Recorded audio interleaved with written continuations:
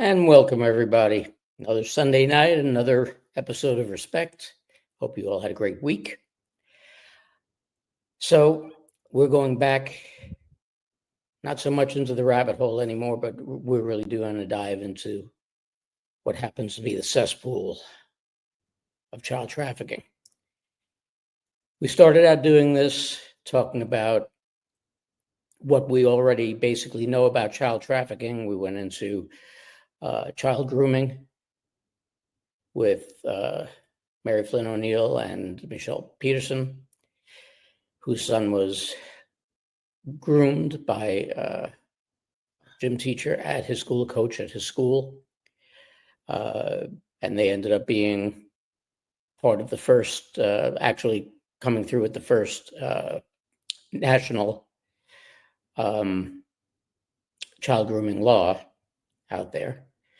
And the following week, we got the two people who helped to author that bill in Ali Hopper and,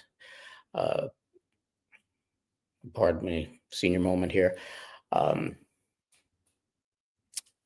sorry, and then we finished it off with Kathy O'Brien and what she went through. Scott Sadulski. I'm sorry. Thank you. Sorry, Scott, who helped author that child grooming bill and get it passed in Florida.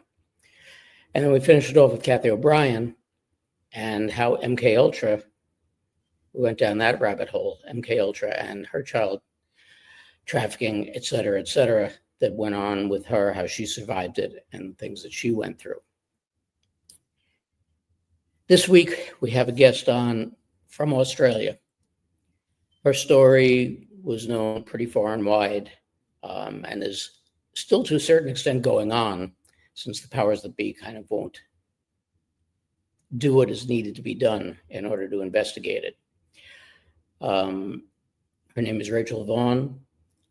She was trafficked, and she was under what they called SRA, which is satanic ritual abuse. Now, a lot of people, problem that we have, especially with child trafficking, is a lot of people have heard about the problem of child trafficking over the past bunch of years, and they know about the Epstein list, and they know about P. Diddy and this and that and the other, but a lot of people just kind of shrug it off and go about their business. And that's because a lot of people really don't understand what this is all about and what these people have gone through.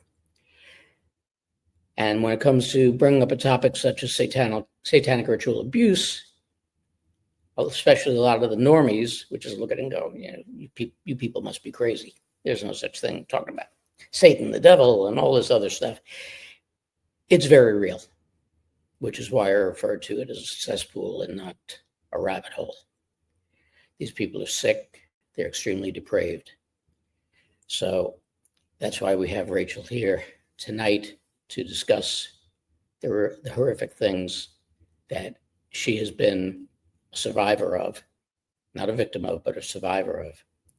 So without further ado, I want to introduce you all to Racel Vaughan. Welcome, Racel. Hello, Mark. Thanks for having me. I appreciate it. How are you tonight? Yeah, I'm doing okay. It's interesting. Every time I have an interview like this, it does dredge up stuff. So it's always a little bit of anxiety involved.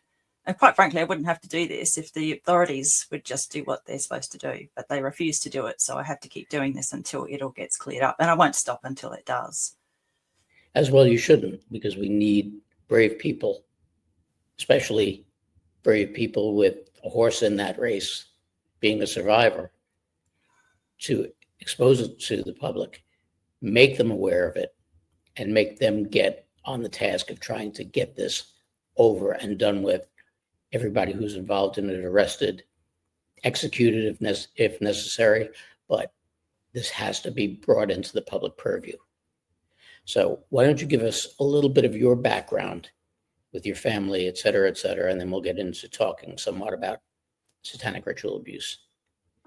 Sure. Well, there's no gentle way really to introduce this. So basically, I was brought up in a satanic cult, and my father was my main abuser, and he used me as a tool in honeypot operations. There were underground tunnels. I spent 2.5 years with a lot of very amazing people across the world who helped me to prove the existence of the tunnels that I was trafficked through in the bunkers in the location of Edwardstown, South Australia, where I grew up.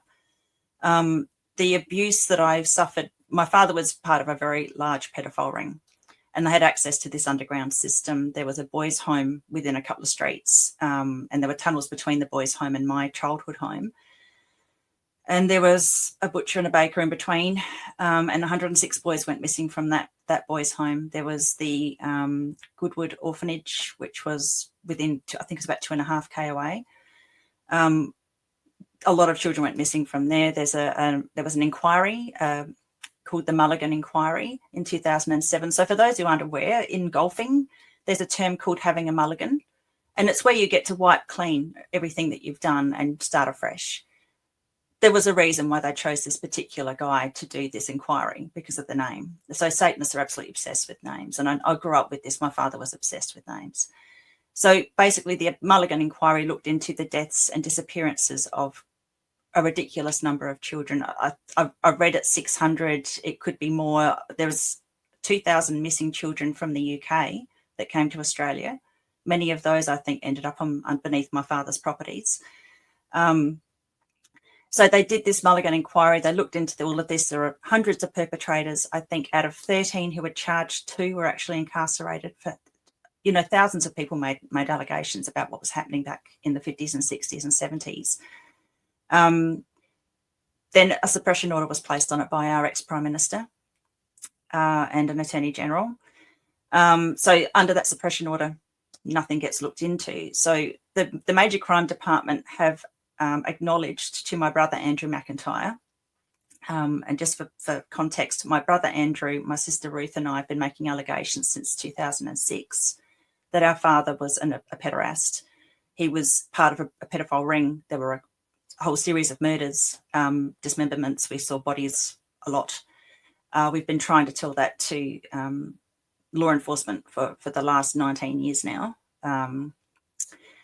So with that inquiry and that suppression order, my brother Andrew McIntyre was told by a major crime detective last year that they cannot dig for the remains of the children on my father's 2 former properties. My father's deceased in 2017 because of the suppression order on the Mulligan Inquiry. Now, the main reason we want them to dig at my father's former property at Stansbury on the York Peninsula is because the 3 Beaumont children are buried there in a sinkhole. There is so much evidence around that happening. There are also state wards put in that sinkhole. There are other remains of state wards and other children on that property also. There's a bunker. My grandfather, my paternal grandfather, was a telecommunications officer. He bought that property at Stansbury. It has a bunker. My father was a telecommunications officer. He bought a property at Edwardstown that has a bunker. It was an old brick kiln. It was turned into a telecommunications bunker in the Second World War mandate in 1938. So there's reams of evidence, so much evidence. And the mainstream media keeps bringing out these suspects. They're doing a dig at the moment at the Castalloy factory again. This is the 3rd dig they've done there. They won't find anything there. The suspect that they keep trying to get people to focus on is this guy called Harry Phipps. Whether he was involved at all, I do not know. But I do know that my brother and my 2 sisters were witness to the 3 Beaumont children being brought to our former childhood home, Edwardstown, South Australia, Macklin Street. On the day they went missing, deceased in the boot of a car. My father admitted that Anthony Munro, his co-accused, brought the deceased children to his home in the boot of a car. He admitted that on camera in 2015, and that became an article. But the actual footage of him saying that was released in 2017 within a very short period of his death, about a week after he died. And despite that, they still won't investigate these properties because of the Mulligan Inquiry suppression order. And again, it was a wiping clean. It was having a mulligan. They wiped it clean and they just want to move on and pretend it never happened. But they'll still continue to bring out this, series of other supposed people of interest so that they can promote, sell books. What they're doing now, I'm just absolutely horrified by. It's a money-making ordeal. I'll describe it as an ordeal. it's nearly 60 years since the Beaumont children went missing. These are 3 children that had family that disappeared on the same day. They weren't wards of state. So there's this, if they were wards of state, it would make sense that the Mulligan inquiry suppression order would prevent them from being dug up. But the fact that the major crime detective has said that they can't dig them up because of that suppression order proves that there is a multitude of children on my father's or beneath my father's 2 properties. So I was witness to the murders of children, and I saw them buried, and they will not dig up where I've told them. Unfortunately, one of the burial places was destroyed by the current owners. There's nothing I can do about that. An article was written about it. I went down there. I tried to plead with them. I had witnesses. They wouldn't listen to me, so they destroyed that evidence. So we may never find out, what happened to her remains. But there's still another child on that property that I saw, and there's a bunch of other stuff that my brother saw that happened on the Macklin Street property in Edwardstown. That property needs to be looked into, not least of all for the hidden bunker, the hidden cellar, and the tunnels, which council say don't exist, which a major crime detective told me in 2012 couldn't possibly exist. And he went to the property and looked in termite inspection points, but he didn't take ground penetrating radar. It's like they just don't want to know. They don't want to discover this stuff. And then they went after a patsy for the murder that I saw my father perpetrate. So there is severe corruption in South Australia. It's horrific. The corruption is bad. Now, when you talk about all of this, can you give us a little bit of background as to what SRA is, what exactly your father's association with this was, and how it really sucked in the whole family? So for people to be able to suspend their credulity, they need to recognize that my father was a very adept hypnotist. He had an ability to bring people under rapid induction. So rapid induction is where someone might click their fingers at you and you might go into a trance-like state and be controllable. So my father's grandfather, Joseph Wright, was the Grand President of the Grand Lodge. So he was a very high up Freemason. So in some ways, I do recognize that my father probably didn't have much chance. With a grandfather like that powerful, he was always going to be either indoctrinated, turned into a pedophile, or he was successfully turned into a complete and utter psychopath, basically. He had alter states. He would be in different states of mind. When he was going into what my siblings and I call his evil max state, his whole demeanour would change, his face would change, and you knew you had to run. If you could get away from him, you'd have to run. So he was a Rosicrucian, a Freemason, and a member of the Golden Dawn sect. And so if you look into each of those, you'll find that they're it's esoteric. It's about ritualistic behaviours. For some people, they say Rosicrucianism isn't necessarily evil. I only had the dark side of it. So my father and this group of people, and it was a large group, in Adelaide it's big, and many of them are in, positions of power, they would get together and just conduct these horrific rituals. And the purpose of the rituals was to bond them all together because they had dirt on each other. And they seemed to enjoy it. It was vile. I witnessed something with a baby boy and a bonfire that, I won't go into details, but there were at least 10 of us children tied down so we couldn't get away watching, and about 50 adults. And they were dancing around. Nobody got up to help that baby. So the person who conducted the ritual ended up high up in politics. And it's interesting because, a lot of the politics in my state, it's stitched up by certain people, like, they'll have very strong affiliations, and yet they'll all hold positions of power in a way that you would think that's got to be a conflict of interest for so many people in, say the same family, having positions of power at the same time, as members of parliament, but nobody says a word. It doesn't, from an outsider's point, doesn't make sense. I believe that's why Adelaide's population's always remained reasonably small. There's only roughly about 1 million people here. When you've got a small country town type mentality, you can keep things under wraps. We have a very, very high number of pedophiles. in relation to the actual population, and very, very low number of convicted pedophiles.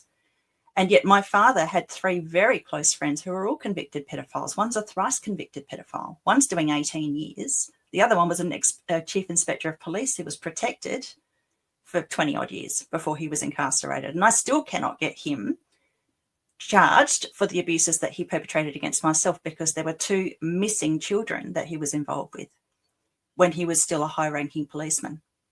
So my father called himself a friend to police, and he was, and he just had protection. One thing I've tried to work out, how did my father have so much protection? It wasn't just that he was, from this high-level family line with this, great grand president of the Grand Lodge as his grandfather. It's also because we hail from the Kennedy family line. So for those who have gone down the rabbit hole enough, they will recognise that there are certain satanic family lines that get protected. And I'm not going against anybody. I think RFK Jr., what he's doing is amazing. But the Kennedy line is known to have some darkness in it, and we come from there. So, yeah. Now, the SRA portion of, I guess, of the Masonic Lodge kind of dates back, well, probably dates back quite a while, but I guess its most famous person would be Aleister Crowley. And a lot of people know him. There's been a lot of allegations linking Barbara Bush and Aleister Crowley, et cetera, et cetera. What exactly were the types of things, the types of ridiculous and just torturous things that these people would do with the children? You mentioned before, through the tunnels, not just the missing kids, but that there was a butcher and a baker in between. Yeah, so there was a lined room in one of those buildings. I originally thought it might be the bakery. I originally thought it was the butcher, but the bakery went up for sale not that long ago, and it looked like it was actually in the bakery. So it was a completely lined steel room, like stainless steel, up the walls, on the ground. There was a drain. I watched people being dismembered in there. And my father used to make comments when we'd go past the bakery and the butcher and say, he always used, as part of MK Ultra, they will use things like nursery rhymes and, cones and sing song. He'd use a sing song voice and make these statements. So we'd go past the bakery and he'd snigger, and he'd had that evil Max look on his face. My father's name was, his nickname was Max. And he would say, I'll grind their bones to make my bread, and snigger at me as we were going past. So with Satanists, they'll invert everything. So everything that most children would find lovely, beautiful, what fun, something that they would bond with their parent about, like a nursery rhyme, he would turn it around, turn it into something completely evil. So that was one of the ways that he would use. And of course, I would be so horrified that I would then block it out because I couldn't deal with it. There was also a particular marking on the butcher that had a 3-pointed crown and a capital K, which he used to call a King K. Now, that was something that was significant to him. He was doing other stuff, medical experiments and things. But if you look at the 3-pointed crown, it's used by quite a few of these meat manufacturers. And I would really point out to people, don't buy the meat from anywhere that uses a 3-pointed crown as their logo, because I know what that means. And I've posted extensively on that. And we've had a lot of evidence around, and I'm not going to name any particular food outlets, but we know about the food outlets that use, there's not enough cows on the planet to produce as many patties that are produced by these particular meat outlets. So, and this is horrific stuff. And quite frankly, if I hadn't gone through this, I wouldn't want to know this stuff either. I don't blame people for wanting to switch off and not hear about it. It's horrible. And again, I wouldn't be doing these interviews unless, the fact that they haven't looked into this. I'm very stubborn. I'm not going to stop until this is brought out to the open and those that are still alive are incarcerated or whatever needs to happen. My father might have got away with it, but there are many, many people who are still part of this cult who are still having very successful lives and very well protected and finding all of this hilarious. One of the reasons why they'll allow somebody like me to live is they consider it a living sacrifice. And they think that, our suffering entertains them, basically. What is really interesting, that there's people who have spoken out or tried to speak out in my family who've died, who have supposedly taken their own lives. One happened in December of last year, right in the summer solstice. So a lot of the ritual activity of these cults happens around the solstices and equinoxes. So we're talking around the 20th, 22nd of March, June, September, December.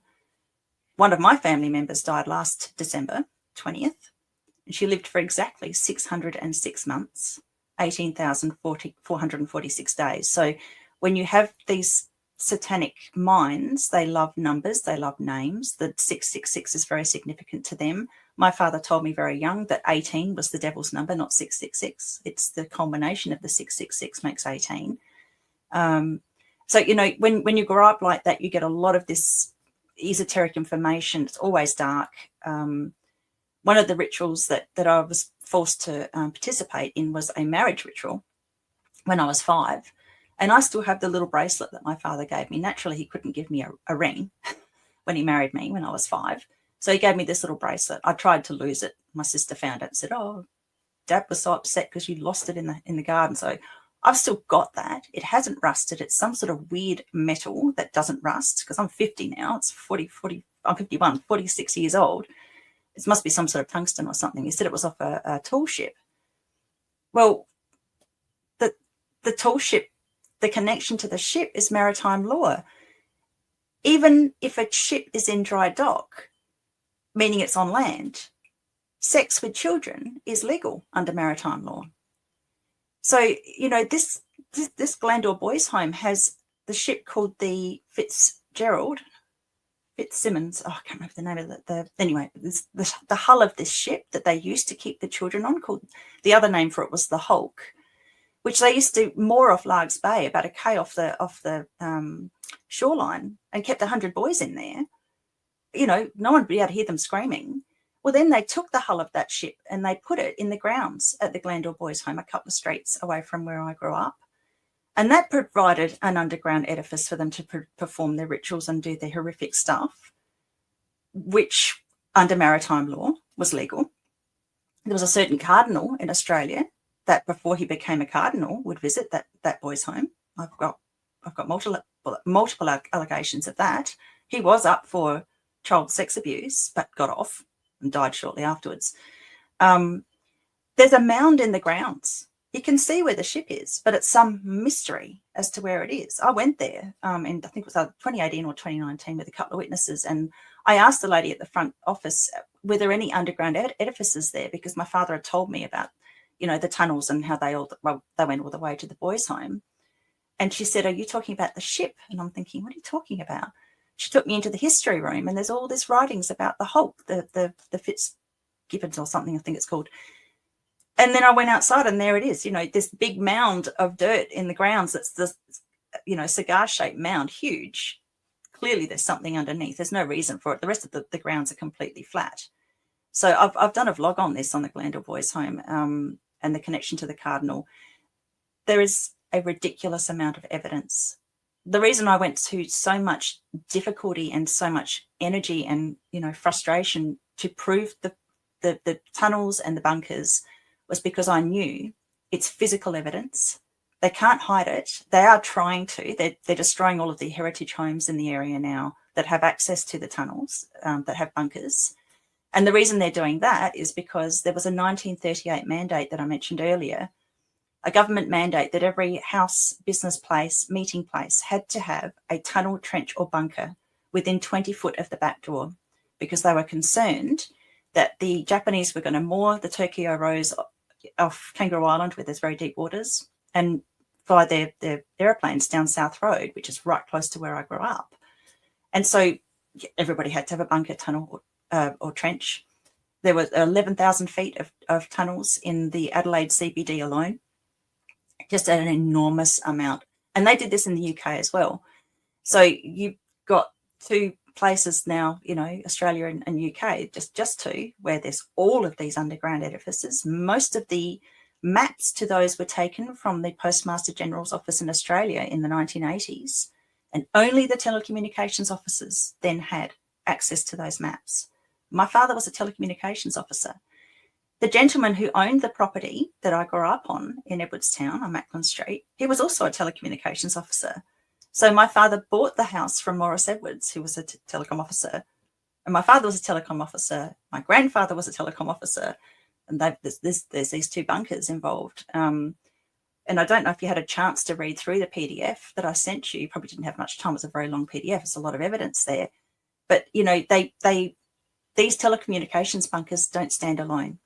We're going back in time now to the 30s, where you'd have to have a tunnel between them for runners to go between and for wires to run between. And there was another telecommunications bunker on South Road at the old now the Australian Mazda's Motors site. They have a bunker under there as well. So there are a lot of bunkers, but that's the closest one that I could find to where my father's bunker is. So with that much evidence, it's really just difficult for people to understand why it hasn't been investigated properly. But when you look at the Mulligan inquiry and the suppression order, it makes perfect sense. Oh, and by the way, I was compensated for the abuse that my father perpetrated against me last year. So I've had a victim of crime compensation payment, recognising that he's a pedophile. But SAPOL still can't do anything. Okay, so now that throws a little bit of a monkey wrench into the whole thing, because recognizing you as having a just claim, yep, kind of disallows them the wiggle room of denying that these things happened. They know about the bunkers. I'm sure land records know about the tunnels. Yeah. They know about the missing kids. Yeah. The ban was put into effect how many years ago? 2007. Okay, so it's almost 20 years ago. Yeah. And yet nobody's willing to overturn the ban and investigate and do the right thing by you and other victims of this sadistic cult. No, it's incredibly infuriating. Now, how much of the government, local and state government, do you think is on the take in this? Well, I'd hate to paint them all with the same brush, but I don't believe people get into positions of power in my state unless they are a Freemason or they're part of one of these families. And I'm from one of these families. I have a cousin who was head of the Liberal Party, a first cousin on my father's side. So, he was head of the Liberal Party. So I don't have a lot of confidence in the members of Parliament. I know one good senator who helped me years ago. And look, I had a few other members of Parliament that met with me along the way who were really very kind-hearted.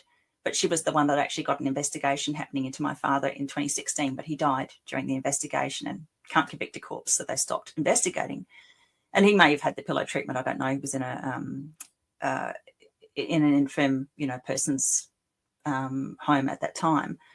And then my brother, who was with him, apparently when he passed, went back to Stansbury, the property where I said that both my children are buried, and burnt things that the local journalists and witnesses, including my brother, said smelled like burning hair and flesh. So it's very likely that my brother then went back, and he's been interviewed about that, and he said, "Oh, it's just burning timber." Well, it didn't smell like timber. So my father kept trophies, and I was witness to that, and I'd already spoken about that before he passed. I was taken into one of the other sinkholes. There's a gully that runs down the side of this property, which apparently now is under government control. So my two siblings, not the ones I've mentioned previously, these other two siblings who inherited the property, have been saying nobody can dig there. Well, the government owns that property where the gully is. We found that out recently. There's a title that proves that the government owns that since 2020. So they have got no choice. If somebody wants to go and dig there, it's got nothing to do with them. They don't own it. But I was taken into one of the sinkholes, and my father had a stack of children's skulls in there. And I estimate I was only 5. I couldn't count to 50 at that time, but it was a small fence of these skulls with this green sort of slimy stuff on them. There's a little bit of light coming from the sinkhole hole above. And he wanted to show me his treasures, and I know he would have had other treasures. You know, this is how sick these people are. They keep trophies. So my father was also involved with the family murders, which is a series of murders of young men and teenage boys in the 1970s and 1980s. So his murder spree went from the 50s all the way through to the 80s, probably longer, completely absolute impunity from prosecution. He was the body boy. So Adelaide, South Australia, has the moniker of the murder capital of the world. It's not literally the murder capital of the world. It's got too small a population, but the murders that we've had here and the disappearances of children that we've had here have given us this horrible nickname. So those family murder victims, and my father's cult's called the Family, by the way. So there's many family connections in Geelong, in Victoria as well. Some of these children were left out to be, or young men were left out to be found. And the MO that my father had when he would murder and dismember these children in front of me, he had a particular kind of stitching that he would use. Some of those children had that stitching. Now, he would use there was electrical wires that had a black plastic coating on it, very fine, that he used to use at Telecom. This was his signature, and he would use that to sew up what he had done to these people. Still, even with that MO, they still won't look into the allegations again because of the suppression order. So really speaking, I mean, I've been, furious at the South Australian Police and the Australian Federal Police for a very long time, but I recognise now that their hands are tied. Like this very, very good major crime detective did admit to my brother that his statements to major crime were 100% true and accurate. That is what the guy said to my brother, 100% true and accurate. So, and just to put a legal sort of frame on that, my brother Andrew had our father's very close friend Anthony Munro incarcerated in 2016.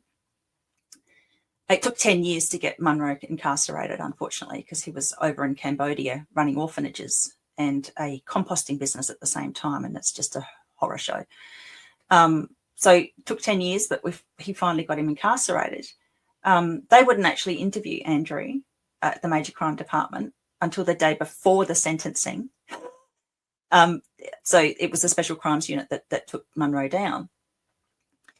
But all they were really interested in with Andrew, with that major crime interview, was where the canisters are, the old milk canisters that my father bitumised and kept all his blackmail material in. Now, when we find those, there will be countless photographs and videos of me with powerful people, because he was using me as a honeypot in those tunnels and in the bunkers as a small child. So I estimate from about the age of 3 till at least I was 11. I have some memories of around about the age of 14, but most of it happened between those ages. I was used a lot. And when I wasn't being used, he was taking children off the street and using them. So that blackmail material, that is all the Major Crime Department wanted to know about.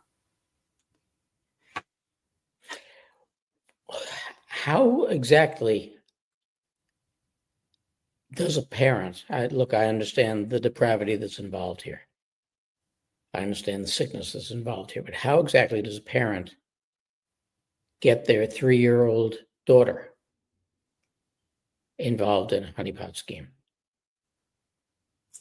Pretty simply, a lot of these people were drugged or drunk, and I would be taken into a dark room and I'd be plonked onto somebody and told what to do on pain of death. I mean, I was terrified, so I would do what I was told.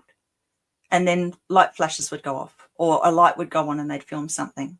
And my father had state-of-the-art equipment because he used to work for Channel 9 Studios. And that is a proven fact because a woman called Debbie Marshall, an investigative journalist, wrote in her book, Banquet, the Family Murders, that my father worked for Channel 9 Studios. So until I read her book, I didn't realise he was officially employed there. So he was. I was used in child rape material at Channel 9 Studios. So, and that was from when that happened when I was an infant as well. So, you know, they you know, when you are told to do something and you're terrified, you do it. But like I said, not all of the perpetrators that I was plonked onto or placed with were cognitive of what was going on. They were being blackmailed. And I've apologized in previous interviews to those people, because I know that those ones weren't interested in actually hurting me. They were just being blackmailed, photographic material taken. And this is how the world is run. Freemasons and Satanists running around taking photographs of people, you know, and a lot of them do actually, like Epstein Island, obviously they would go there willingly. And again, this is how it works. If you've got dirt on each other, you've got your special little handshakes, you look after each other, you protect each other, because you know if you don't, they can go after you. And that is how they bond. You know, normal people bond over love and kindness and being generous. They go the absolute opposite way. It's because they have to, because they're, you know, they are bonded in a very evil way. But some of them weren't so low profile. And some of them were also working at Channel 9. Yeah. Just tell the audience about that situation, and because which is kind of a really sick and depraved situation. So I was taken there as a toddler. My cousin was a producer for a program called the Humphrey Bear Show. And so this was a program that little children, toddlers and you know, up to about 5 would really love to watch. It was an Adelaide-centric program. I was taken there by my father and my mother. Now, I don't blame my mother for the things that happened to me as a child, because my father could use a few words, click his fingers, and she would be under rapid induction, hypnotized in a trance. And, you know, things happened in front of her. She's oblivious to. This is why hypnosis is so dangerous. I was taken into a sound booth. I was raped by a quite well-known radio jock. I'm a toddler at this point. I estimate was probably around about 3 years old. My mother was being distracted by a family member, so her back was to the sound booth and she couldn't hear me. I was then trotted out from that sound booth, taken into a different sound booth, where a man in the top half of this Humphrey Bear suit was waiting, and then I was filmed while he raped me. And then this other man chased after me to clean me up afterwards, put my clothes on, telling me how important I was. And that film obviously must have been distributed, because when I was 18, a person that I knew told me, after he'd seen some childhood photographs of me, he said, I've watched this sick film and it looks exactly like you being raped by this guy in this Humphrey suit. So at the time, I didn't want to remember it. I didn't want to deal with that at all, but it's all come back. Even after that, I was forced to walk around my backyard, again, the same property I was talking about before, Macklin Street, Edwardstown, with someone in a Humphrey suit for a promo. And I didn't want anything to do with this Humphrey. Absolutely didn't want anything to do with it. And you know, I've been just absolutely torn to shreds by family members for even speaking about this publicly. Because, you know, it sounds so ridiculous. If you look into, there was a full-on pedophile who used to dress up as Fat Cat, who was the Channel 10 promo program, you know, advertiser for little children. There was a pedophile that wore that suit. If you look into Disneyland, there's a heap of not so great stuff going on there. I don't want to say anything's going to get any kind of libel happening here. You know, they use children's characters and suits to lure children in, and then they abuse them. And a lot of that gets out onto the dark web, because it's an absolute, you know, the little child thinks that they're going to play with this person, and then they get horrifically abused. And it's such a, when you do that to a child, they will never trust a puppet, a clown, anybody in a suit, anybody who's dressed up. that is a way of completely terrorizing and traumatizing a child for the rest of their life. When all the other children think it's fun and wonderful and love it, you have this one traumatized child that can't deal with it. That causes isolation. It makes you different. So we get a lot of very triggered children and adults around the place because of these sorts of behaviors and activities. And again, that will cause dissociation, and it'll prevent the person from speaking out because people think they're crazy. And you get these labels. It's very cruel. It's very clever. It's just very cruel. Now, you also indicated that your family was in very disparate ways involved in this. Yeah. Your mother was involved. Your brother and your sister were involved. And yet one has to wonder how exactly, I understand the hypnotism. Yeah. But you have to wonder how your mother missed this, how your brother seemed to be involved against it, but yet at the same time working with it. How did all these people get involved in it? Were there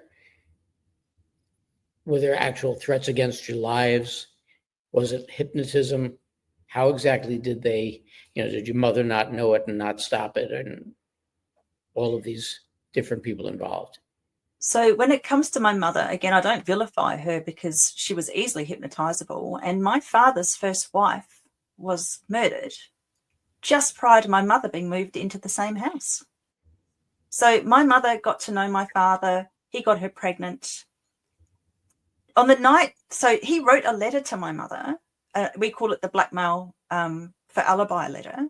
He wrote her a letter telling her, I think it was 2009, telling her that they'd spent the day together, that on the day that he took the Beaumont children and was involved in the Beaumont disappearance. And she knows for sure that they were not together because he was supposed to have his first date with her and cancelled and said he was going to go fishing instead. And she was really miffed.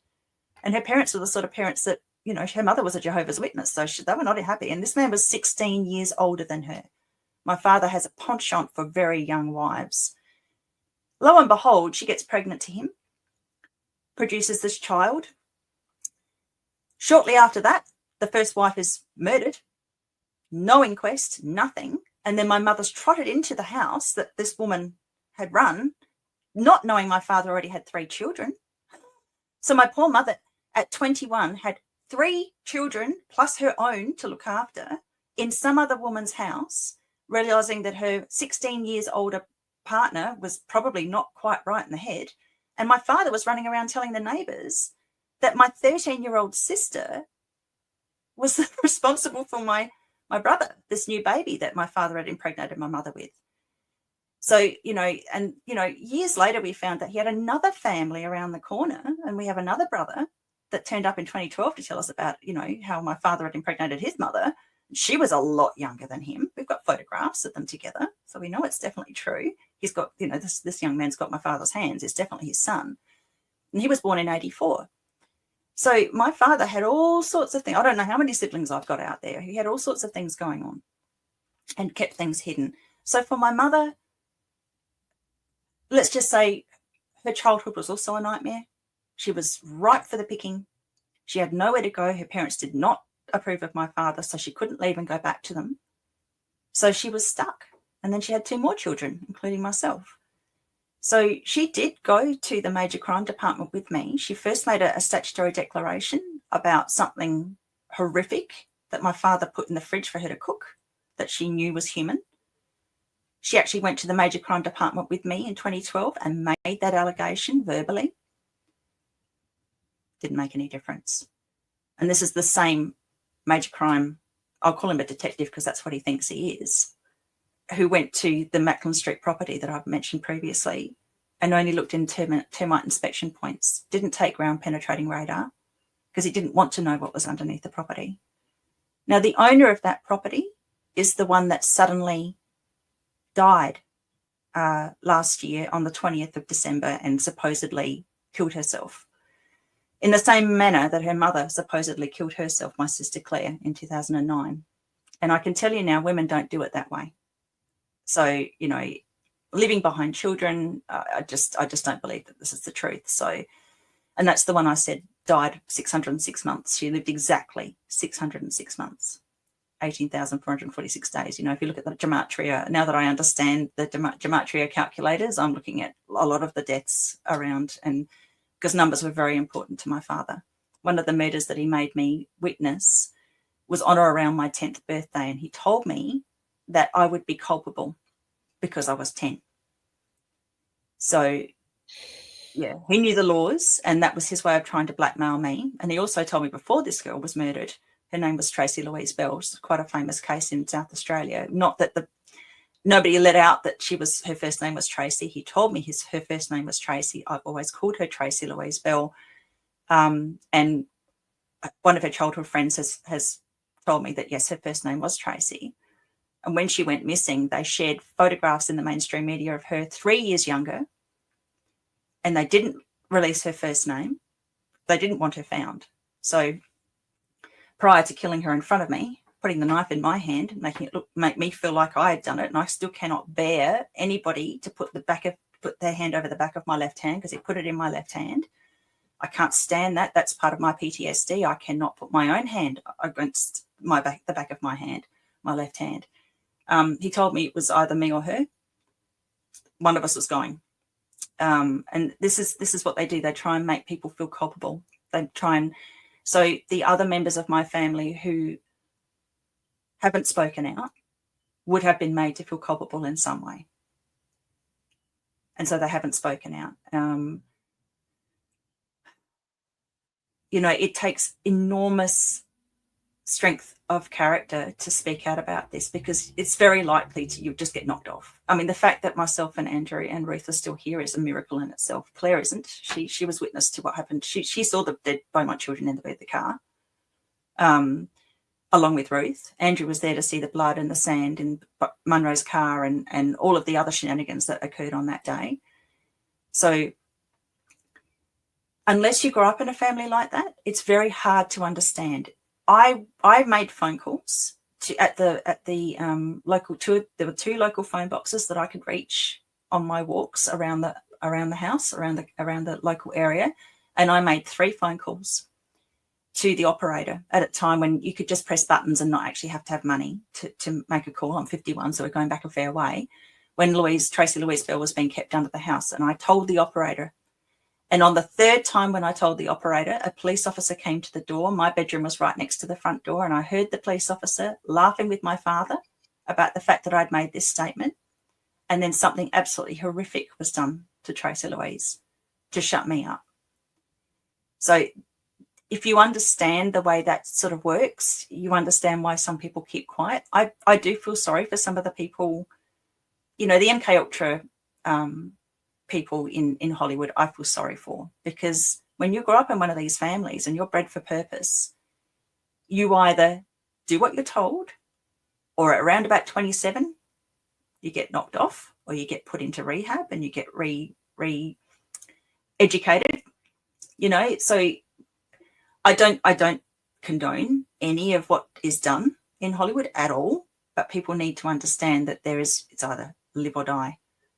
And so people do horrible things.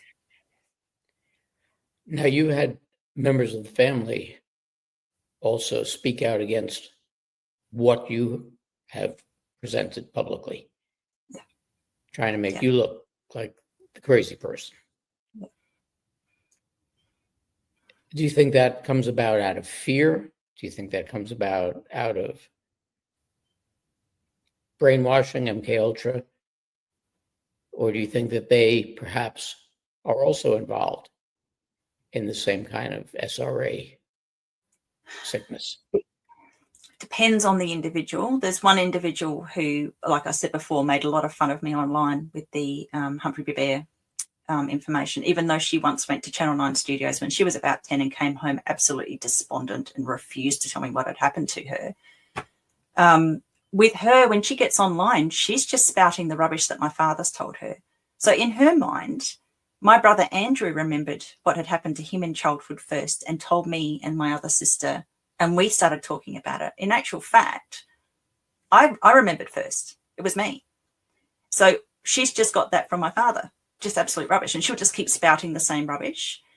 This is someone who changed my father's will to favour her and got her own child to witness it, which is hilarious because that doesn't stand up in a court. This is a person who, when we were contending the will, when my father had passed, held back the Dalrymple Trust, which had a lot of money in it, and got told off by the magistrate because you can't do that. It's illegal. So, you know, and yet she runs around saying that we're all money hungry and we're just pissed off because we didn't get something out of the will. Well, we actually won that case. We won. They had to, once that was recognised, they'd held back the money in the trust. Andrew and I got exactly what we'd asked for, which wasn't a lot of money, but it was just another small victory in a whole series of very cruel injustices that we've had to deal with, you know, not least of all being, you know, denigrated. This particular family member's best friend, calls herself a journalist, also would spout the rubbish that my father told her. So she put it in a book, and it was so easily proven wrong. She kept saying that my poor brother, he'd finally got his abuser, Anthony Munro, incarcerated. And this silly woman, and I have to call her silly because she'd have to be incredibly stupid to do this and not investigate before you said something like this. In the book, she says that my brother Andrew had his abuser, Anthony Munro, as his best man at both of his weddings. I mean, lots of photographs get taken at weddings, and all we had to do is put up the photographs, present that to the man who had co-written the book with her, and all the books got taken off shelves. So, you know, and that poor man died shortly after that, the author of the book. She co-wrote it. And there was a lot of other lies in there as well that were easily proven wrong. I think whether or not that particular individual, this family member of mine's best friend, is just mental or easily led, or she's involved in some way. I mean, she was raped by my first cousin, and she never got to take that to... She's written about it extensively, so I feel comfortable speaking about it. She's written that to me in an email. She never got him incarcerated. Instead, she started her journalism career with Channel 9 Studios, where her rapist sister was working. So she got a leg up, and I think she's getting paid to troll us, and she's trolled us for 12 years. So it's you know, it's very hard to understand. Is that because there's money involved? Is it because she must have possibly got MK Ultra'd into saying, oh, okay, it's all right that he raped me, and he hog-tied her? It wasn't just, you know, she was a little bit drunk. He hog-tied her. And, you know, so it shows, you know, my father wasn't the only perpetrator in my family. Was the actual, for lack of a better word, was the actual perpetrator of a lot of these crimes, the murders, et cetera, Munro, and your father the disposer? Or was your father as involved? I think Munro was a lot younger than my father. My father was recruiting the local children and turning them into psychopaths. So lots of children got roped in, young boys and men got roped in. So he was the instigator. Now, when he murdered Tracy Louise Bell in front of me, there was an old man mentoring him as he did it. Now, there was the UK had, if you go back to the Maralinga experiment, so in Australia, they let off a nuclear bomb because they wanted to study the effects on the Adelaide population. So they intentionally let it off on a day where the wind would carry the strontium-90 across to pasture land. They then pastured cows on that grass, collected the milk because they know that strontium-90 is concentrated in milk, and then they gave it to school children for free. And then as people were dying from cancers or whatever, they would take the right leg from those cadavers and send it off to the UK for studies. So they were testing what was actually in the bones and the marrow. Now, my father, I watched him collect a leg. You know, it wasn't unusual for him to do that. So he was also protected because the medical fraternity was using him. What often happens in these situations is, and this is what happens with CPS, and in my country it's called the Department of Child Protection, they'll find out that someone's a pedophile. And then they'll get hold of that person and they say, we want your children. We'll let you keep them. We'll get rid of the mother, or whoever the protective person in the family is. We'll say she's crazy. You'll get full custody.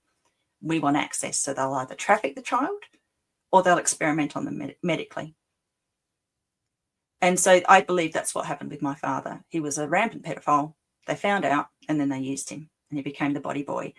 But my father was a very intelligent man. He was very sinister and calculating. And so he also found a way to fight back because he didn't want to be the body boy. He enjoyed murdering, absolutely 100%, but he didn't ever get a title. So he was pissed. So he collected up the blackmail material. He probably wasn't supposed to do that. So he also had control. So he turned it around. But I was medically experimented on with Kuru prions. So, there's a lot of talk about Kuru being in these underground tunnels. My father was very much involved with those experiments. I produced, a beautiful friend of mine is an incredible researcher, found documentation proving that in the 1950s and 1960s, the World Health Organization was using a Dr. Scragg, who's an Adelaide physician who got an Order of Australia medal for his work, to study Kuru prions for the purposes of depopulation. Now, I was experimented on. I had at least 3 attempts to infect me with Kuru prions. So prions cause things like Creutzfeldt-Jakob disease,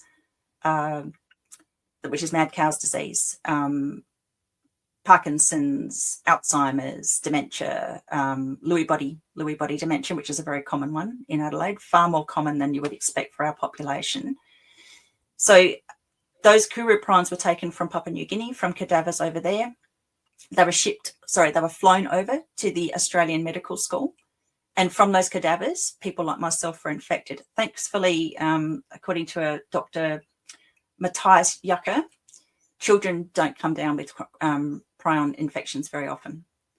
But I believe that those studies, and that I was involved with that. My father told me all about this when I was 10, after he just murdered that Tracy Louise fell in front of me, letting me know that I was going to die a horrible death. That's what he shared with me at that particular time. Not only was I going to go to jail because I was complicit in this murder that he had performed, but I was going to die a horrible death with this Kuru prions. He called them scrapie at the time. I believe that was all in preparation for these things that we've had just recently with the spike protein mimics prion. And we had Clark Basson, MD, Bart Klassen, MD, warning about that in January of 21. It was that early that they were warning, don't take these because of what's going to happen. So it's all interconnected. So I'd say the medical experimentation is probably a big reason why my father also had the protection. My brother Andrew remembers seeing my father being awarded at the Queen Elizabeth Hospital, some very high award for his contributions to that hospital. This is a telecom worker, but he got a very high award. Could you, because I've never heard of it before, could you explain to me and others what these crude prions are? So they're a misfolded protein.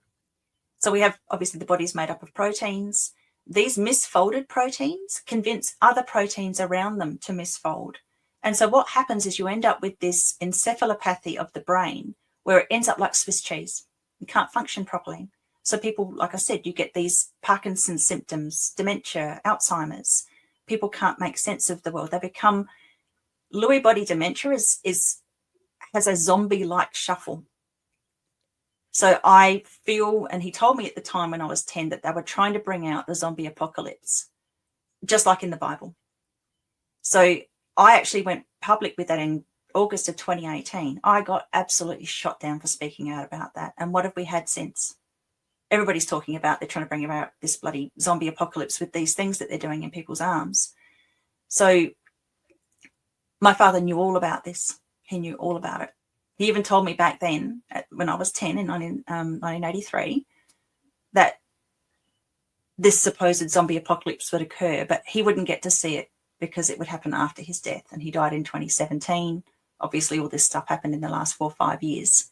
So he also knew when he was going to go, which is also very interesting. My father had either had the gift of precognition, or he used children like myself to find out his timeline.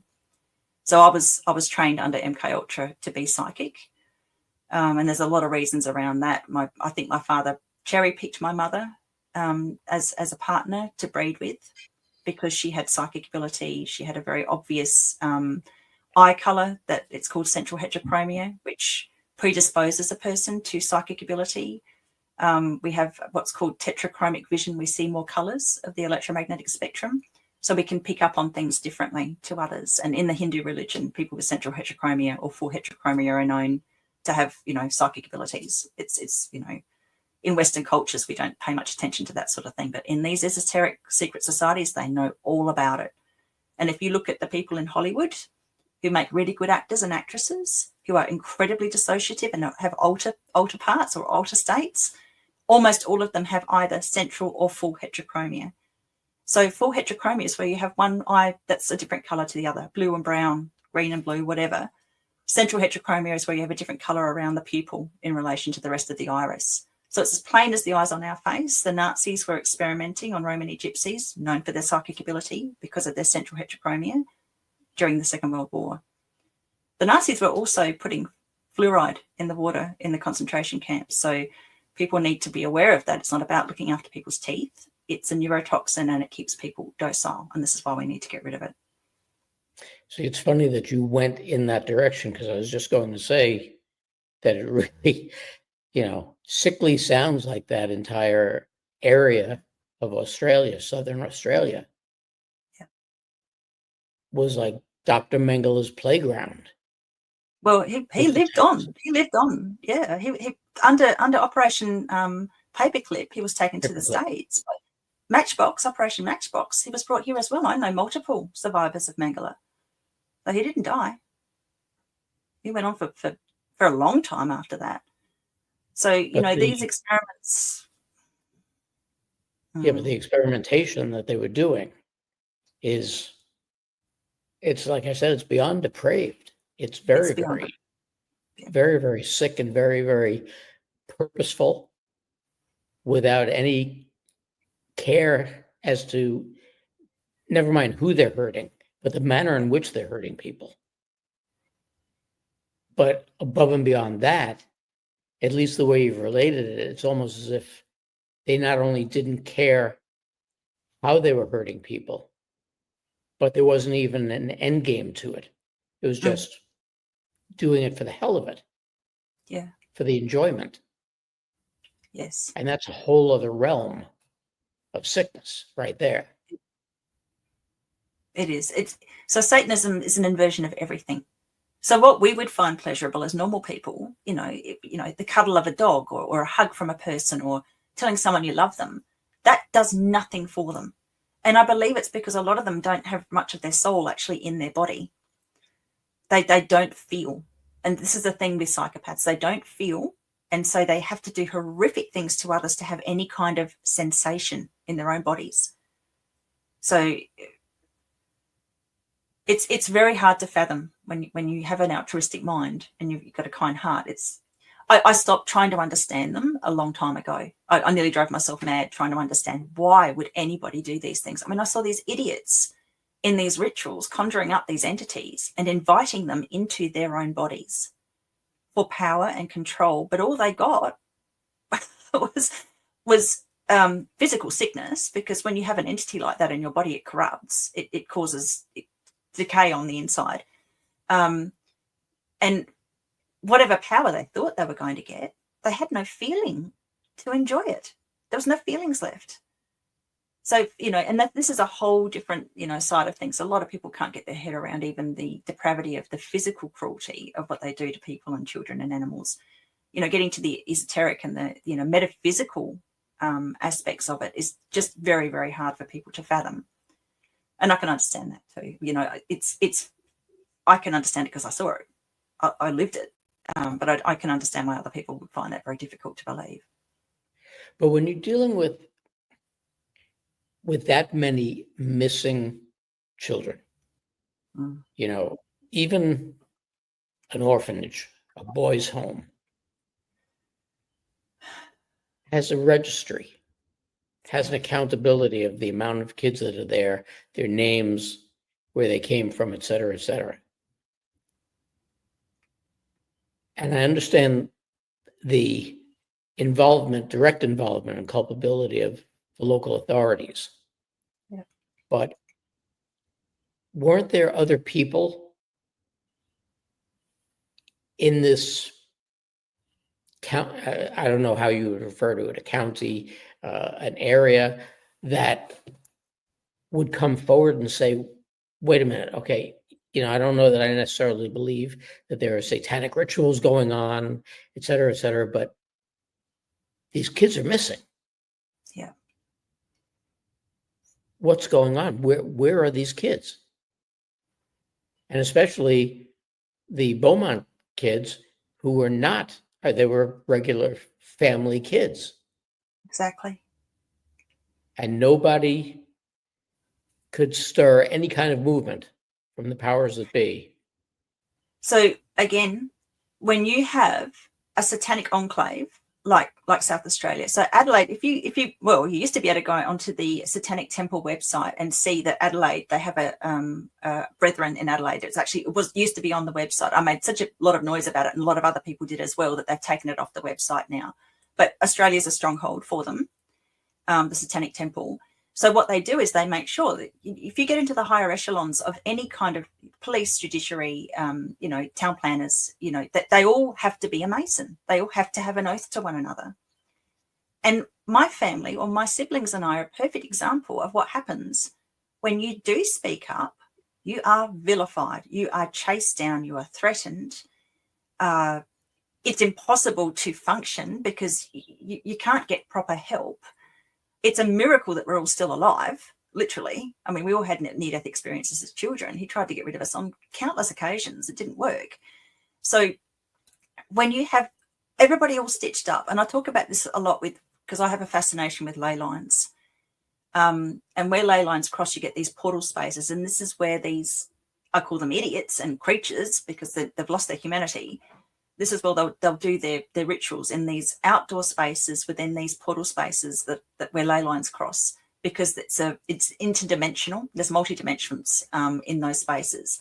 In order for them to do those rituals, again, on the solstices and equinoxes in open air, they have to have the judiciary, the police, the people who work in the parks and wildlife people. They have to have them all stitched up. So if anybody makes an allegation, it gets squashed. The reason why I have a following at all is because most of the people who follow me have had some sort of injustice and they haven't been able to get it cleaned up. They haven't been able to go to somebody in law enforcement and have it dealt with appropriately. A lot of the people that follow me have had their children taken away for no reason, because they're being fostered, peddled around, used as tools like I was. So, it might be hard for people to understand this, some of the people that watch your program perhaps. But I've done over 100 interviews now, and that there's a reason for that, because the story that I tell, that my siblings have lived with me, it touches people because they know, because they've also had injustice and it hasn't been dealt with. It doesn't sound reasonable or rational that this could possibly happen. But if you lived here, you would understand it. Adelaide is known for it. The corruption here is rife. I am very hopeful that certain things that are going on at the moment will have a reverberation and have an effect here. I have no doubt, actually, that that's going to happen. And I expect, some big things to be happening in my state and in my country in coming months. I mean, it's almost impossible to wrap your head around, because different countries, different cultures. However, human beings are human beings. Mm-hmm. And you got a situation whereby these things are going on. Children are missing. Mm-hmm. You have knowledge, maps, and everything else of tunnels, of bunkers.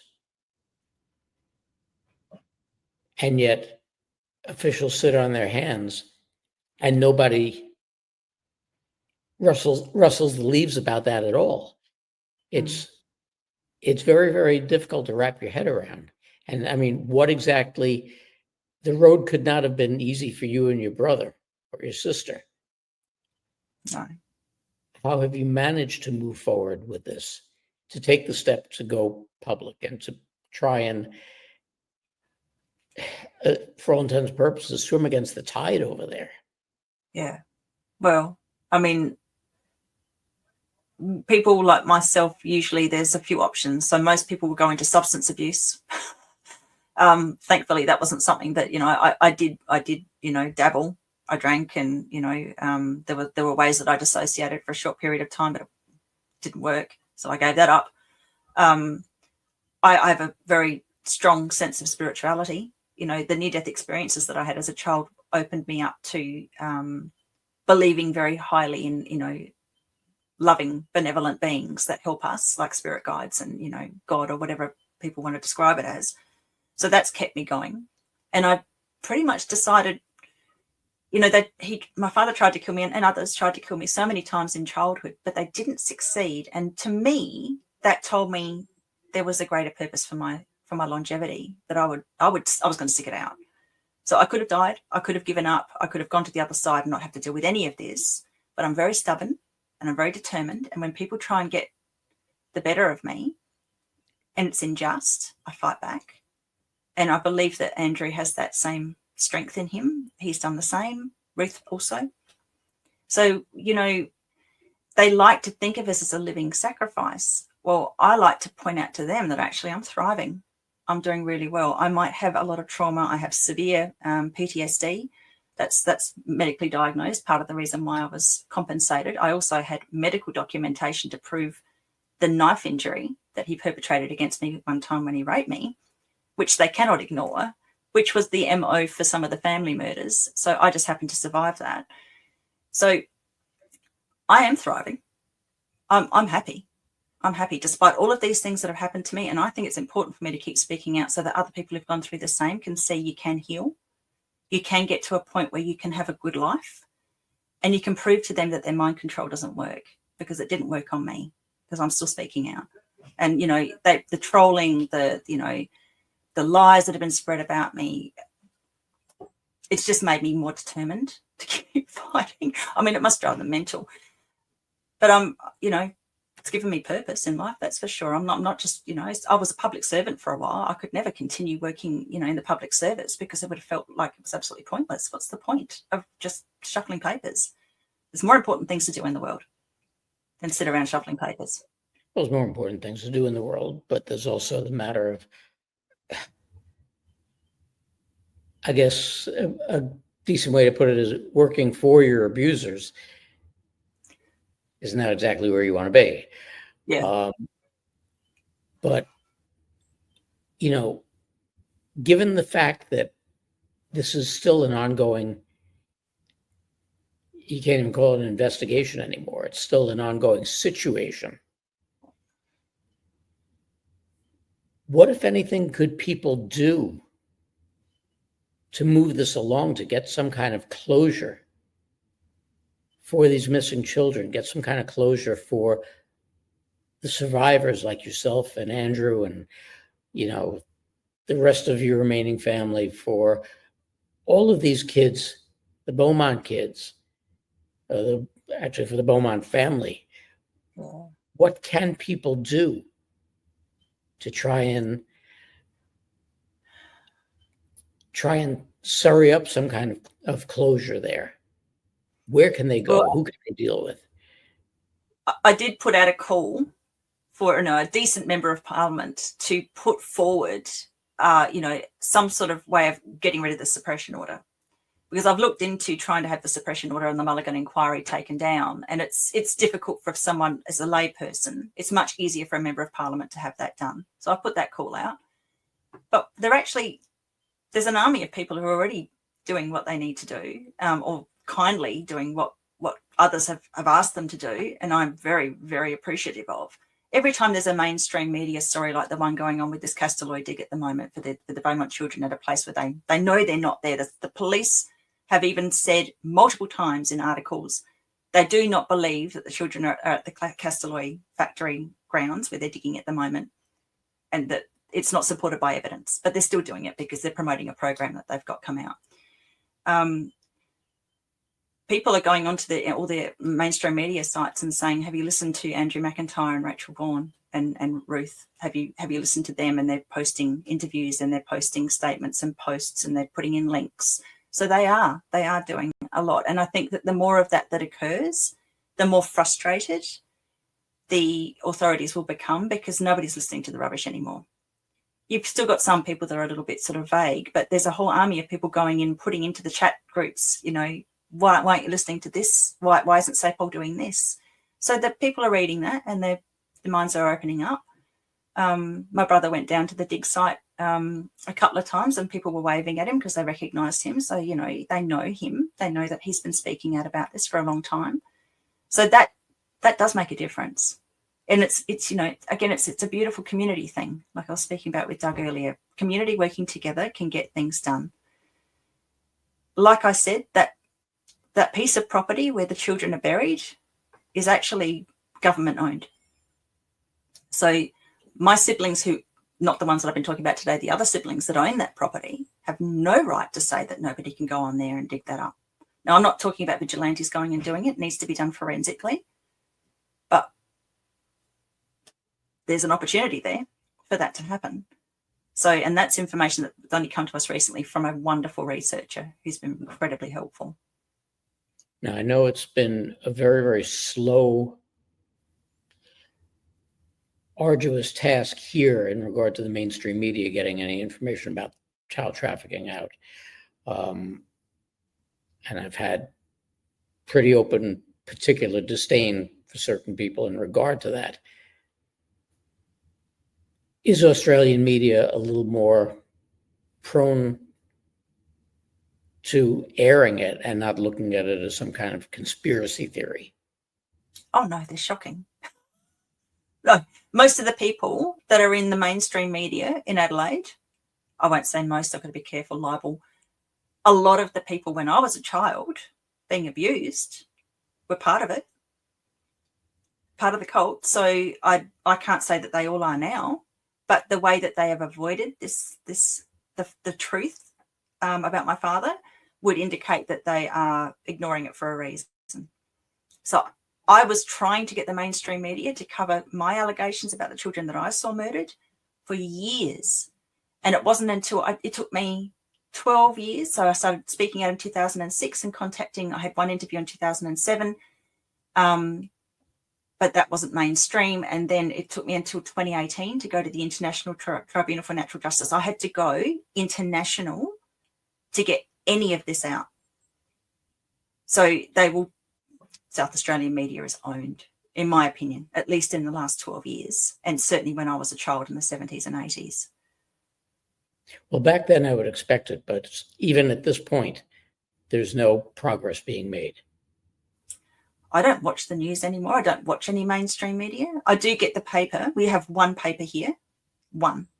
And I get that because of the very obvious Freemasonic article headlines like New World Order.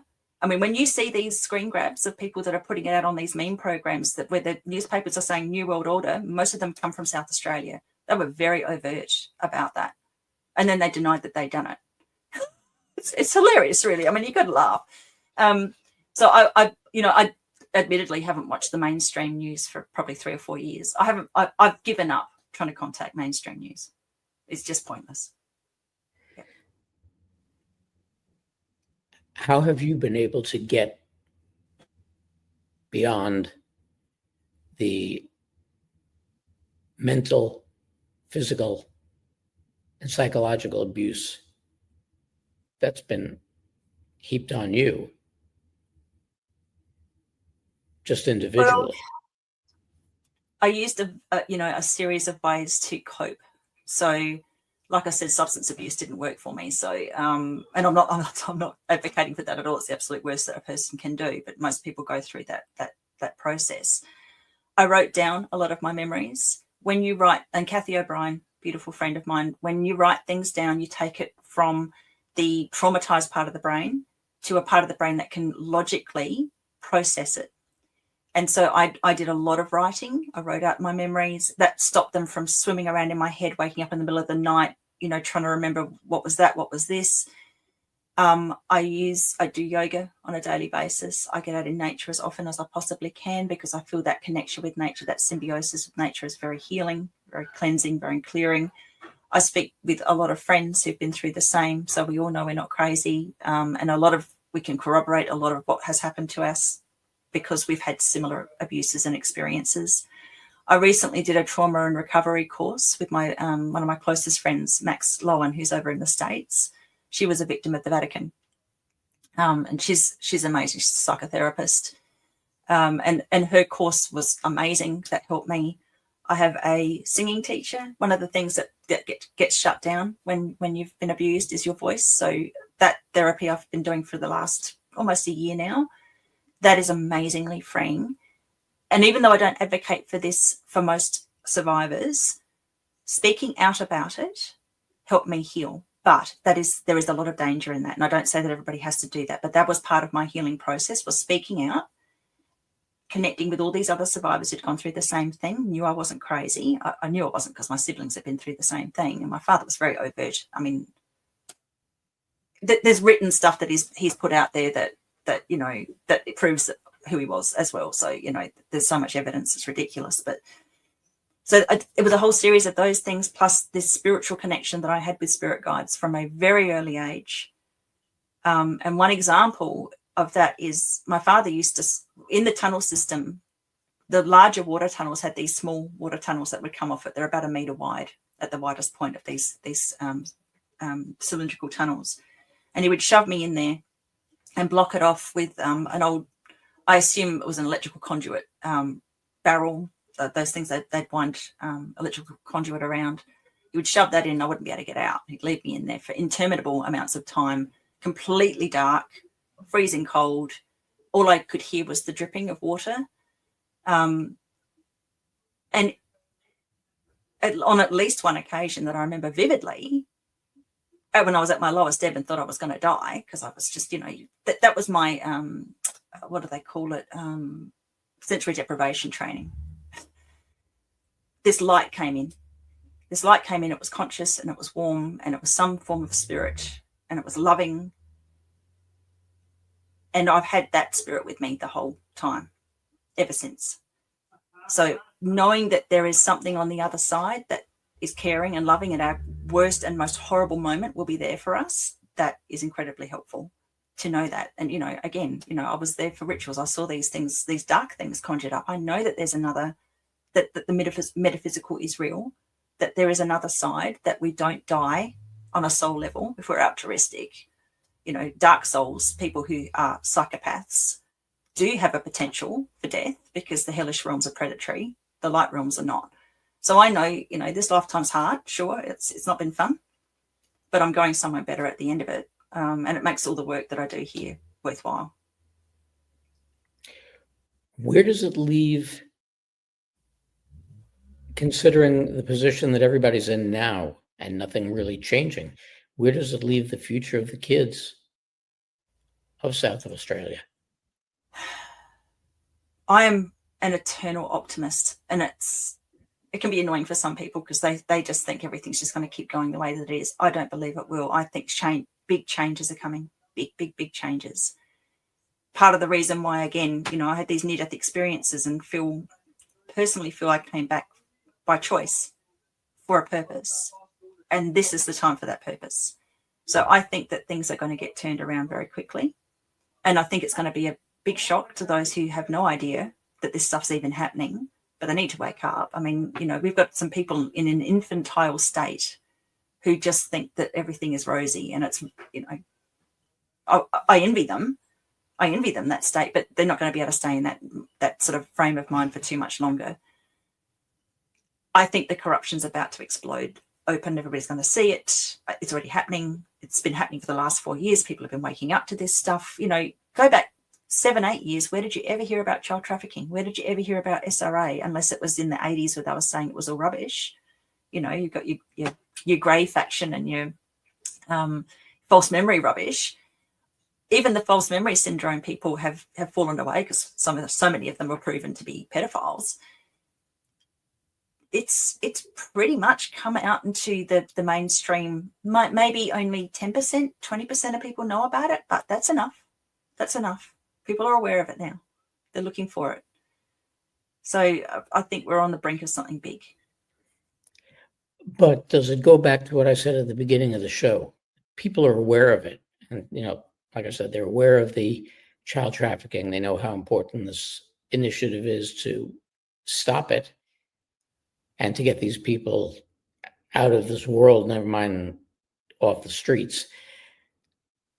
But how many of them still are, yeah, okay, there's child trafficking happening, and they look the other way? When it comes to, again, SRA, and how many people are sitting and going, you know, come on, you're going to tell me the devil's involved in this? These are all, you know, Satan worshipers, et cetera, and they're doing child sacrifices. How do we sway the disbelievers? Not necessarily to make them believers, but to spur them into action. There's going to be a certain percentage of people who just don't want to know. And you can't wake them up. But, you know, what amuses me is you've got Hinduism, you've got Catholicism, you've got Buddhism that all talk about dark souls. You know, with the Buddhists, it's hungry ghosts. There are millions, billions of people who believe in those religions. So I think the main issue that we have with people not being able to understand that SRA exists is in the Western world, where a lot of religion, you know, is sort of kind of, you know, people have fallen out of their religions or fallen out of those. And I'm not an advocate for mainstream religions either. I think that they're another form of mind control to a degree, not all of them. I'm a big advocate for Jesus Christ being a real person, an amazing individual that we should all aspire to. But I think it's going to come out in the mainstream because I think the mainstream media is going to have to bring it out. And I think that those people who don't want to know will have to at that point. So I can see the blackmail material that's been used to shut people up being swapped around in the other direction so that these people that are in these particular positions of media, you know, powerful positions will have to speak about it. I think it's going to be turned on its head. Now, when it comes to SRA,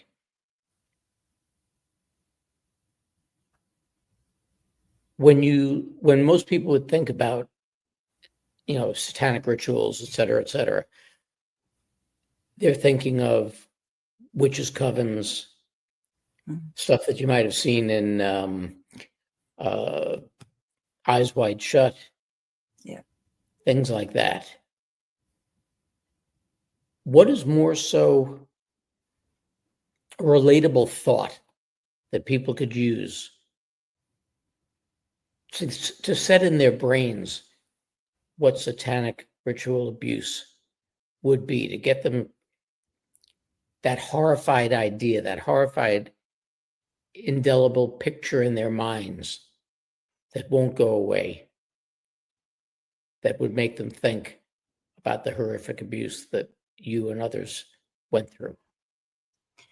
Well, it's not all, you know, the glamorous sort of version that you see in movies like Eyes Wide Shut, where everybody's all dressed up and they've got all these masks on, and yeah, masks are used and hooded cloaks are used and that sort of thing, but it's not beautified in that way. It's very basic. It's your local people.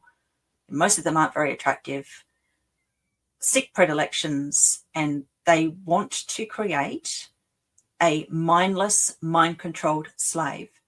And so that's why that spirituality is also used against children or people in those cults, because when a child dissociates, often they will have a connection with spirit, with an angelic being or something, because it takes them away so that they can go and be somewhere else. These people who want to control children and adults in these situations don't want them to even have that. And so there'll be ways to shock the baby or the child back into their body, even though they're going off and dissociating somewhere else. It's about absolute control. So it's not glamorous. It's very matter of fact.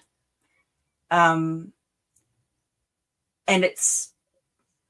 people need to recognize that there's a Masonic hall in every single town in my country. Every single town, even if there's nobody living there, if it's just a town that everybody's moved out of, the Masonic hall will still be taken care of because it gives them control over that land, over that area. So it's like a node, an energetic node in every town. And if you can't see that and know that they are involved in secret societies, it's a secret society and you're not allowed to know what they do at the 33rd degree or any of the other degrees that lead up to it. There's no getting through to people unless they can see it's right in their faces. So it's certainly not, the Hollywood version. So when people talk about the Freemasons and the Masonic lodges, there is no, unless you are evil or a pedophile or, a power monger, there is no upside to the Freemasons with Masonic lodges. My father used to say, they need good leaders, that even evil people need someone that they trust to lead them. So you'll get these people that, Rotary is part of. Rotary is like a benevolent organization, supposedly. They're all also part of the Masons. Lions Club, also part of the Masons. So they will put out the people that are lower level, Freemasons or Rotary, and they'll be the ones that interact with the community. They're probably good people. They think they're doing the good thing. They're helping each other. They all pat each other on the back and help each other out in business. So those lower degrees, maybe there's a benefit to it, but there is always going to be the potential and the threat. If you are good at pulling people in, they will want to control you. If you are magnanimous and gregarious and outgoing and you have this magnetic sort of ability, my father had that, you will be dragged up into those higher echelons, compromised and used. So I don't think there's any safety in ever going into one of those secret societies at all, because once they have some sort of dirt on you, they'll use it forever. And like I said, the world is run on these blackmail operations. Did you ever have a time as, teen, young adult, any time getting closer to the time of your father's death, which was only 8 years ago, of either thinking that you could turn things around or ever thinking of taking any type of retribution toward the man who did this to you? I think if I had taken retribution, it would have gone against me. And it's not in my nature. It's just not in my nature. Energetically, things happened that I don't really want to talk about publicly, which my brother was then taken to court over, which had nothing to do with him. It was between me and my father. He taught me to astral travel. I was used to remote view. I was used to spy as a child. And I was also used to commune with these entities that they called up because they couldn't do it. They didn't have the psychic ability. And, I was disposable. So he alleged that I had attacked him in his sleep, which is quite funny. And then tried to say that it was my brother. So there was a whole legal case which he lost in regards to that. The only kind of retribution was that where I felt the need to reach out on a psychic level, and I got my energy back. But I would never physically go after any of these people. I don't need to. I don't need to. I know every time I speak out, it would make them feel uncomfortable. As they get older and more infirm, their life gets more and more difficult because they know that it's coming. One of my abusers, who lived very short distance from where I grew up, went bankrupt recently. He used to train police dogs, and you don't even want to know what he used to do with those. His bankruptcy, that is a sign to me that, he hasn't got long here, and I know where he's going on a soul level. So when people do these things to themselves, which they have done, the retribution is where they end up. I don't really have to do anything. It's all on them. They're going somewhere dark. I've seen the hellish realms. I've had to commune with these entities. I know they're going somewhere dark. That's their fault. They can deal with it. But in the long run,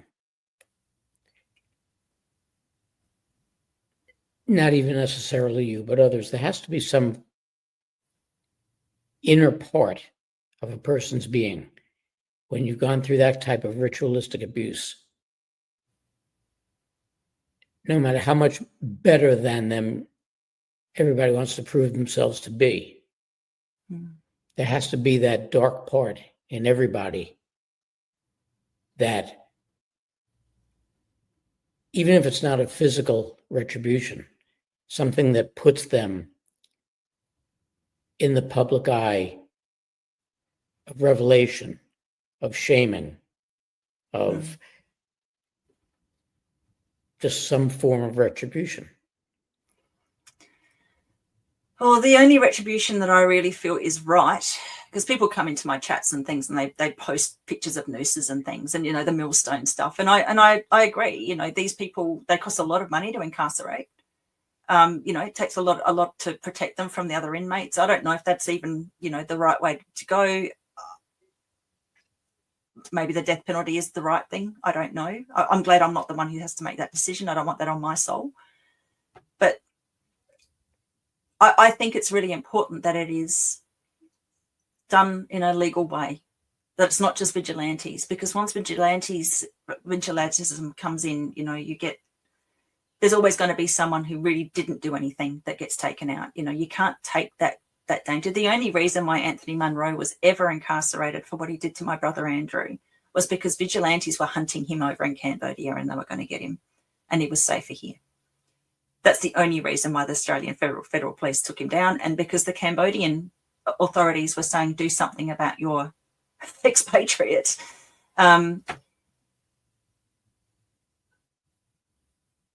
Retribution is something that's just outside of my scope. It's pointless, in my opinion. Going forward, what are your plans if everything goes according to plan and the way that it seems to be going? So I believe Andrew's plans. So we all have an innate psychic ability that has been absolutely drummed out of us. And it's those abilities, I think, that have helped me to survive my adulthood. I get ideas about things that might be about to happen to me, things I need to check on, that sort of thing. I feel that innate ability that we have is something that people should be able to develop for their own self-protection. It also means, if you can read an aura, I always have a white background so people can read my aura if they're an aura reader, because you can see the authenticity. If I was dark, it would show up. So I think that maybe things like aura reading might be something that we use in future where we elect people. So we see who they really are on a soul level before we put them in a position of power. And I personally don't think that we're going to have things like governments for too much longer. We'll have committees and sort of things like councils, lots of people all working not for money and not for power, working together, mostly probably retirees, getting a little bit of extra money on top of their pension to do the right thing because they actually want to, because they're good-hearted, not because of power or money or status or anything like that, or ego. So I think those skills need to be developed, that they are innate.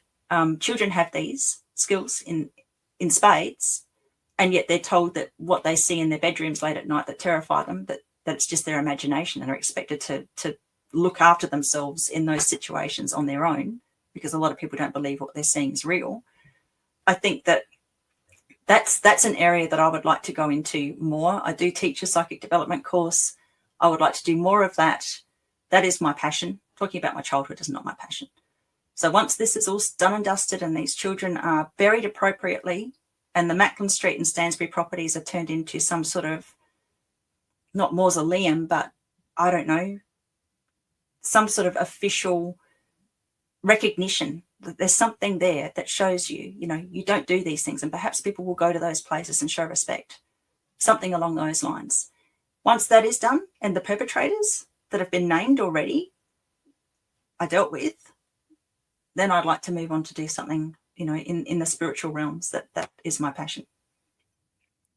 Now, a lot of people who have been abused, who have been trafficked, who have been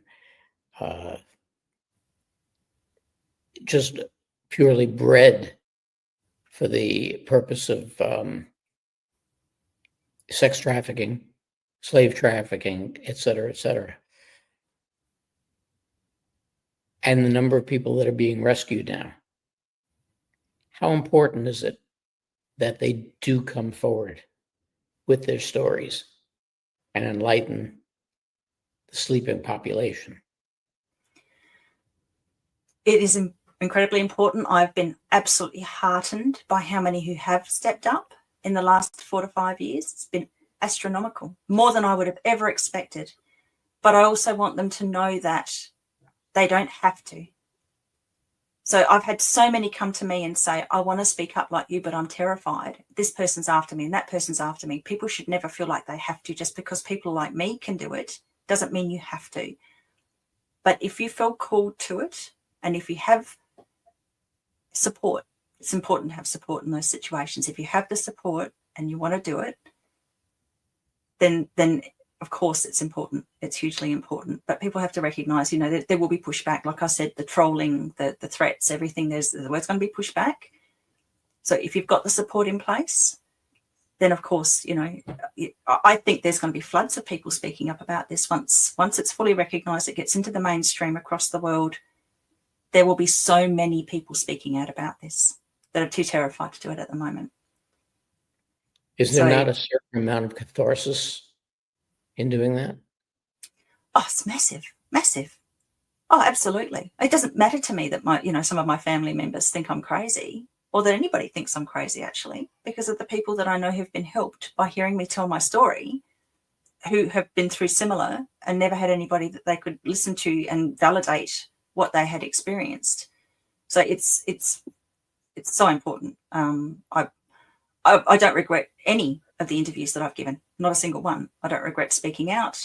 I don't regret any of it, quite frankly. It was a really important part of my healing. But I also know that other people in my position have said it's dangerous to suggest to people to just go out and talk about it. And they're right. And I may have given that indication previously, if you've had those experiences, speak about it. Just, if you're going to do it, be aware. It's not an easy road. Well, Rachel, I have to tell you that we all greatly appreciate your candor, your bravery. You can't say enough about how much it takes a person who's been through what you've been through and survived it to come forward and bare their soul about it. But this is an ongoing problem that, as time goes on, we're learning more and more and more about how widespread it is. I use the word cesspool in regard to this issue because of how depraved the whole thing really is. But this is part of what these kids have gone through. Yeah. Kids, infants, young adults. It has to stop. Yeah. That's why we do these shows. That's why we bring it forward. And it's, I can't thank you enough for doing what you've done. You're a very brave person and a true survivor. Is there anything else that you wanted to add before we go? Oh, thank you for having the brevity to have these conversations, because they're not easy conversations. And I know you get trolled as well. I'm sure you would get your detractors that would come after you. So I have great respect for people like yourself who also do this work, because I know it's not hard. Not hard. It's not easy. It's not fun. This is not a fun conversation to have, but I do really appreciate it. Thank you, Mark. Once again, I thank you for being on with us, bringing all this information to the fore. I did get to see in the chat, but because unfortunately, a lot of you think that I look at the chat as it goes by. Unfortunately, I can't physically see it. These old eyes just don't allow it. But I did see that there were a couple of people who did send us Rumble rants, and I just want to let you know, I don't know yet who you are, but I do greatly appreciate the fact that you thought enough of what we're doing to do that. I also want to thank Kat and Claudia and Kerry and Doug and Dave for where we are and what we're doing and being able to bring these very, very, very important conversations to you all. Next week, we're going to be continuing in this vein, but in a slightly more positive note, as there will be, I can't promote too much right now, but there will be the revelation of some very, very positive movement in the rescuing of children and of trafficked children and abused children coming forward. So I hope that you'll join us again next Sunday, which will be the 2nd of March already. Wow. And it's been a number of months, and now we're nicely already almost a month into our 2nd year broadcasting. So thank you all for joining us. I hope you all have a great week. Again, Rachel, thank you for joining us. And we'll see you all next week on another episode of Respect. Good night, everybody. Thank you.